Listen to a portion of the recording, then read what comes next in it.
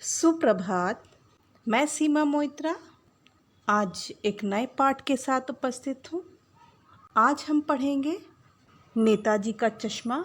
इसके लेखक हैं स्वयं प्रकाश। स्वयं प्रकाश जी का जन्म सन 1947 में मध्य प्रदेश के इंदौर शहर में हुआ था। उनका बचपन राजस्थान में बीता। वहीं से अध्ययन कार्य पूरा कर मैकेनिकल इंजीनियरिंग की पढ़ाई करके एक औद्योगिक प्रतिष्ठान में नौकरी करने लगे। उन्हें अब तक बनमाली पुरस्कार, राजस्थान अकादमी पुरस्कार से सम्मानित किया जा चुका है।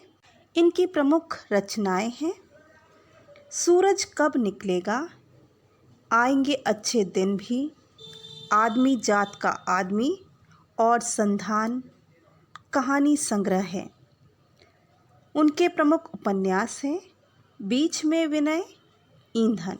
स्वयं प्रकाश जी ने अपनी रचनाओं के लिए सरल, सहज एवं भावानुकूल भाषा को अपनाया है। प्रस्तुत है नेताजी का चश्मा पाठ का परिचय। चारों ओर सीमाओं से घिरे भूमि के भाग को देश नहीं कहते। उस धरती पर रहने वाले सभी नागरिकों, पेड़ पौधों, नदियों, पर्वतों तथा पशु पक्षियों से देश बनता है। इनसे निस्वार्थ प्रेम करना तथा इनके विकास के लिए प्रयत्नशील रहना देशभक्ति है। प्रस्तुत कहानी के माध्यम से लेखक स्वयं प्रकाश जी कहते हैं कि वह भूभाग जो सीमाओं से घिरा हुआ है देश नहीं कहलाता है।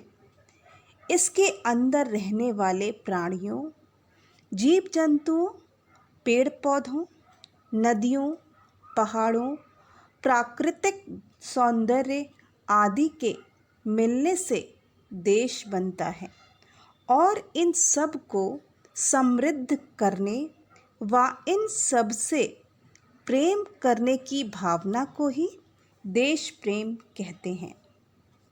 कैप्टन चश्मे वाले के माध्यम से लेखक ने उन करोड़ों देशवासियों के योगदान को सजीव रूप प्रदान किया है जो किसी न किसी तरीके से इस देश के निर्माण में अपना योगदान देते हैं। ऐसा नहीं है कि केवल बड़े ही देश निर्माण में सहायक होते हैं, बच्चे भी इस पुण्य कर्म में अपना योगदान देते हैं। नेताजी का चश्मा कहानी चश्मे वाले के माध्यम से उन सभी देशभक्तों के योगदान को रेखांकित करती है जो अपने देश की समृद्धि तथा उसकी रक्षा में अपने अपने तरीके से योगदान देते हैं। इस योगदान में बड़े ही नहीं, बच्चे भी शामिल हैं। इस पाठ में 3 चरित्र हैं। हालदार साहब, कैप्टन पानवाला। हालदार साहब जिज्ञासु प्रवृत्ति के हैं, दयालु, भावुक, संवेदनशील हैं, सच्चे देशभक्त हैं। कैप्टन एक गरीब फेरीवाला है, नैतिक मूल्यों से ओतप्रोत व्यक्ति है, सच्चा देशभक्त है, शारीरिक रूप से कमज़ोर है।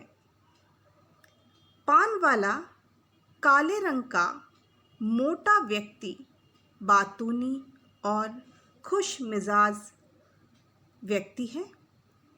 वह हमेशा पान खाता रहता है, हमेशा पान खाने वाला व्यक्ति है। कस्बे की सभी सूचनाओं का केंद्र बिंदु कैप्टन का मजाक उड़ाने वाला भावुक व संवेदनशील व्यक्तित्व है। कस्बे की पूरी जानकारी पान वाले के पास होती है। अब हम पढ़ेंगे नेताजी का चश्मा पाठ का सारांश। स्वयं प्रकाश ने कैप्टन चश्मे वाले के माध्यम से देश के निर्माण में अपने अपने ढंग से योगदान देने वाले गुमनाम नागरिकों के योगदान को रेखांकित किया है। हालदार साहब को कंपनी के काम से एक छोटे से कस्बे से हर 15 दिन के बाद गुजरना पड़ता था। कस्बा बहुत बड़ा नहीं था जिसे पक्का मकान कहा जा सके, वैसे कुछ ही मकान और जिसे बाजार कहा जा सके, वैसे ही एक बाजार था। कस्बे में एक लड़कों का स्कूल था, एक लड़कियों का स्कूल, एक सीमेंट का छोटा सा कारखाना, 2 ओपन एयर सिनेमा घर और एक नगर पालिका भी थी। नगर पालिका थी तो कुछ ना कुछ करती भी रहती थी। कभी कोई सड़क पक्की करवा दी, कभी कबूतरों की छतरी बनवा दी, तो कभी कभी सम्मेलन करवा दिया। इसी नगर पालिका के किसी उत्साही बोर्ड या प्रशासनिक अधिकारी ने एक बार शहर के मुख्य बाजार के मुख्य चौराहे पर नेताजी सुभाष चंद्र बोस की एक संगमरमर की प्रतिमा लगवा दी। यह कहानी उसी प्रतिमा के बारे में है, बल्कि उसके भी एक छोटे से हिस्से के बारे में है। जैसा कि कहा जा चुका है, मूर्ति संगमरमर की थी। टोपी की नोक से कोट के दूसरे बटन तक कोई 2 फुट ऊंची, जिसे कहते हैं बस्ट। मूर्ति देखने में सुंदर थी। नेताजी सुंदर लग रहे थे, कुछ कुछ मासूम और कमसिन। मूर्ति को देखते ही दिल्ली चलो, तुम मुझे खून दो, मैं तुम्हें आज़ादी दूंगा वगैरह याद आने लगते थे। इस दृष्टि से ये सफल और सराहनीय प्रयास था। केवल एक चीज़ की कमी थी जो देखते ही खटकती थी। नेताजी की आंखों पर चश्मा नहीं था, यानी चश्मा तो था लेकिन संगमरमर का नहीं था। एक सामान्य और सचमुच के चश्मे का चौड़ा काला फ्रेम मूर्ति को पहना दिया गया था। हालदार साहब जब पहली बार इस कस्बे से गुजरे और चौराहे पर पान खाने रुके, तभी उन्होंने इस मूर्ति को लक्षित किया और उनके चेहरे पर एक कौतुक भरी मुस्कान फैल गई। वाह भाई, ये आइडिया भी ठीक है। मूर्ति पत्थर की लेकिन चश्मा रियल। हालदार साहब मूर्ति को देखकर सोच रहे थे कि कस्बे के लोगों का प्रयास सराहनीय है। मूर्ति के आकार का महत्व नहीं, महत्व लोगों की भावना का है, वरना देशभक्ति तो मजाक की चीज़ होती जा रही है। दूसरी बार हालदार साहब उधर से गुजरे तो उन्हें मूर्ति में कुछ अंतर दिखाई दिया। ध्यान से देखा तो पाया कि चश्मा दूसरा है। मोटे फ्रेम वाला चौकोर चश्मा था, अब तार के फ्रेम वाला गोल चश्मा है। हालदार साहब का कौतुक और बढ़ा। वाह भाई, क्या आइडिया है। मूर्ति कपड़े तो नहीं बदल सकती, लेकिन चश्मा तो बदल सकती है। हालदार साहब अब जब भी कस्बे से गुजरते तो चौराहे पर रुकते, पान खाते और मूर्ति को ध्यान से देखते। हालदार साहब की आदत पड़ गई, हर बार कस्बे से गुजरते समय चौराहे पर रुकना, पान खाना और मूर्ति को ध्यान से देखना। एक बार जब उनका कौतूहल दुर्दमनीय हो उठा तो पान वाले से ही पूछ लिया, क्यों भाई, क्या बात है, ये तुम्हारे नेताजी का चश्मा हर बार बदल कैसे जाता है। पान वाले से मूर्ति पर चश्मा बदले जाने के बारे में उन्होंने पूछा। पान वाले के खुद के मुख में पान ठुसा हुआ था। वह एक काला, मोटा खुश मिजाज आदमी था। हालदार साहब का प्रश्न सुनकर वह आंखों ही आंखों में हंसा। उसकी तोंद थिरकी। पीछे घूमकर उसने दुकान के नीचे पान थूका और अपनी लाल काली बत्ती सी दिखाकर बोला, कैप्टन चश्मे वाला करता है। क्या करता है? हालदार साहब कुछ समझ नहीं पाए। वह मूर्ति का चश्मा बदल देता है। हालदार साहब ने कहा, क्या मतलब? क्यों चेंज कर देता है? हालदार साहब अब भी समझ नहीं पाए। कोई ग्राहक आ गया समझो, उसको चौड़े चौखट चाहिए, चौड़े फ्रेम का चश्मा चाहिए, तो कैप्टन किधर से लाएगा? तो उसको मूर्ति वाला दे दिया और उधर उसके स्थान पर दूसरा लगा दिया। अब हालदार साहब को बात कुछ कुछ समझ में आई। एक चश्मे वाला है जिसका नाम कैप्टन है, उसे नेताजी की बिना चश्मे वाली मूर्ति बुरी लगती है, बल्कि आहत करती है, मानो चश्मे के बिना नेताजी को असुविधा हो रही हो। इसलिए वह अपनी छोटी सी दुकान में उपलब्ध गिने चुने फ्रेमों में से एक नेताजी की मूर्ति पर फिट कर देता है। लेकिन जब कोई ग्राहक आता है और उसे वैसे ही फ्रेम की आवश्यकता होती है जैसा मूर्ति पर लगा है, तो कैप्टन चश्मे वाला मूर्ति पर लगा फ्रेम संभवतः नेताजी से क्षमा मांगते हुए लाकर ग्राहक को दे देता है। बाद में नेताजी को दूसरा फ्रेम लौटा देता है। लेकिन भाई, एक बात अभी भी समझ में नहीं आई। हालदार साहब ने पान वाले से फिर पूछा, नेताजी का ओरिजिनल चश्मा कहाँ है? पान वाला दूसरा पान खा रहा था। दोपहर का समय था। दुकान पर भीड़ भाड़ अधिक नहीं थी। वह फिर आंखों ही आंखों में हंसा। उसकी तोंद थिरकी। कत्थे की डंडी को फेंक कर पीछे मुड़कर उसने पान की पीक थूकी और मुस्कुराता हुआ बोला, मास्टर बनाना भूल गया। पान वाले के लिए यह एक मज़ेदार बात थी, लेकिन हालदार साहब के लिए चकित और द्रवित करने वाली। यानी वह ठीक ही सोच रहे थे। मूर्ति के नीचे लिखा था, मूर्तिकार मास्टर मोतीलाल। बेचारे ने महीने भर में मूर्ति बनाकर पटक देने का वादा कर दिया होगा।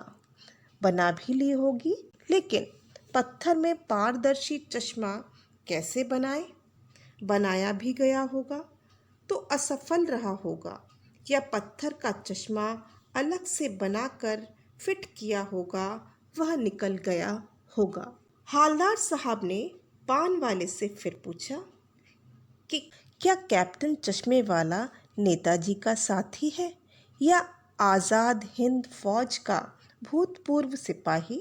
मुस्कुराकर बोला, नहीं साहब, वो लंगड़ा क्या जाएगा फौज में, पागल है पागल। वो देखो, वो आ रहा है, आप उसी से बात कर लो और कहीं उसका फ़ोटो छपवा दो। हालदार साहब को पान वाले द्वारा एक देशभक्त का मजाक उड़ाया जाना अच्छा नहीं लगा। मुड़कर देखा तो अवाक रह गए। एक बेहद बूढ़ा मरियल सा लंगड़ा आदमी था, जिसने सिर पर गांधी टोपी और काला चश्मा लगा रखा था। उसकी अपनी कोई दुकान नहीं थी। वह फेरी लगाकर चश्मे बेचता था। 2 साल तक काम के सिलसिले में हालदार साहब वहाँ से होकर गुजरते रहे। मूर्ति पर भी तरह तरह के चश्मे बदलते रहे। कभी गोल चश्मा होता तो कभी चौकोर, कभी लाल चश्मा तो कभी काला चश्मा, पर कोई ना कोई चश्मा होता अवश्य। फिर एक बार ऐसा हुआ कि मूर्ति के चेहरे पर कोई भी कैसा भी चश्मा नहीं था। उस दिन पान की दुकान भी बंद थी। चौराहे की अधिकांश दुकानें बंद थीं। अगली बार भी मूर्ति की आंखों पर चश्मा नहीं था। हालदार साहब ने पान खाया और धीरे से पान वाले से पूछा, क्यों भाई, क्या बात है? आज तुम्हारे नेताजी की आंखों पर चश्मा नहीं है? पान वाले ने उदास होकर आंसू पोंछते हुए बताया, साहब, कैप्टन मर गया। हालदार साहब कुछ बोले बिना चुपचाप जीप में बैठे और रवाना हो गए। हालदार साहब की आंखों में आंसू थे। वे बार बार सोच रहे थे, क्या होगा उस कौम का जो अपने देश की खातिर घर, गृहस्थी, जवानी, जिंदगी सब कुछ होम कर देने वालों पर, सब कुछ न्यौछावर कर देने वालों पर भी हंसती है और अपने लिए बिकने के मौके ढूंढती है। दुखी हो गए। 15 दिन बाद हालदार साहब उसी कस्बे से गुजर रहे थे और गुजरने से पहले सोच रहे थे कि कस्बे में सुभाष चंद्र बोस की प्रतिमा तो होगी, लेकिन आंखों पर चश्मा नहीं होगा। मास्टर बनाना भूल गए और कैप्टन मर गया। आज वहाँ चौराहे पर रुकेंगे भी नहीं और मूर्ति की ओर देखेंगे भी नहीं। ड्राइवर से ना रुकने के लिए भी कह दिया। आदत से मजबूर चौराहा आते ही हालदार साहब की आंखें मूर्ति की ओर उठ गईं। जीप रोकने के लिए बोले। ड्राइवर ने जोर से ब्रेक मारा। आसपास के लोग देखने लगे। हालदार साहब जीप से कूदे और मूर्ति की ओर लपके। मूर्ति के पास जाकर अटेंशन में खड़े हो गए। मूर्ति पर सरकंडे से बना चश्मा लगा हुआ देखा। हालदार साहब भावुक हो गए। मूर्ति की आंखों पर सरकंडे से बना छोटा सा चश्मा रखा हुआ था, जैसा बच्चे बना लेते हैं। इतनी सी बात पर उनकी आंखें भर आईं। उन्हें लगा देश के निर्माण में लोग अपने अपने ढंग से योगदान देते हैं। यही देशभक्ति है। पाठ का संदेश। नेताजी का चश्मा पाठ के माध्यम से लेखक स्वयं प्रकाश प्रत्येक भारतीय के मन में राष्ट्र के प्रति प्रेम व सम्मान की भावना जागृत करना चाहते हैं। आजकल लोगों में देश प्रेम की भावना घटती जा रही है। ऐसे में यह पाठ बच्चों की देशभक्ति की भावना के माध्यम से आने वाली पीढ़ी में देश प्रेम तथा देशभक्ति की भावना का विकास करना है। कैप्टन जैसा दुर्बल व्यक्ति अपने सीमित साधनों के माध्यम से नेताजी की चश्मा विहीन मूर्ति पर चश्मा लगाकर उसे पूर्ण करता है। बच्चों द्वारा सरकंडे का चश्मा लगाने के कार्य से हमें भी अपने देश के प्रति प्रेम तथा देशभक्ति की भावना को मजबूत व दृढ़ बनाने का संदेश मिलता है। युवा पीढ़ी को चाहिए कि वह देश की सेवा के लिए सदैव तत्पर रहें। देश के लिए शहीद होने वालों के प्रति हमें कृतज्ञता ज्ञापित करनी चाहिए और उनका सम्मान करना चाहिए। देश सेवा का अर्थ केवल फौज में भर्ती होना ही नहीं है, बल्कि अपने छोटे छोटे प्रयासों द्वारा ही देश की सेवा में तत्पर रहना है। अब पढ़ेंगे पाठ में प्रयुक्त कठिन शब्दों के अर्थ। मूर्ति, प्रतिमा, सराहनीय, प्रशंसनीय, कौतुक, आश्चर्य, उत्कंठा, तीव्र अभिलाषा, पटक देना, किसी कार्य को अरुचि के साथ पूरा करना, पारदर्शी, आर पार दिखने वाला, भूतपूर्व, पहले, न्योछावर, कुर्बान, सरकंडा, सरपत का पौधा जिसके तने में गांठ होती है, भावुक, सोच के वशीभूत, सीमित, सीमा में बद्ध, सीमा के अंदर, चश्मा विहीन, चश्मा रहित, दुर्बल, कमज़ोर, कृतज्ञता, आभार, धन्यवाद, किसी के किए गए उपकार का मान रखना। आशा करती हूँ आपको ये पाठ समझ में आ गया होगा। धन्यवाद।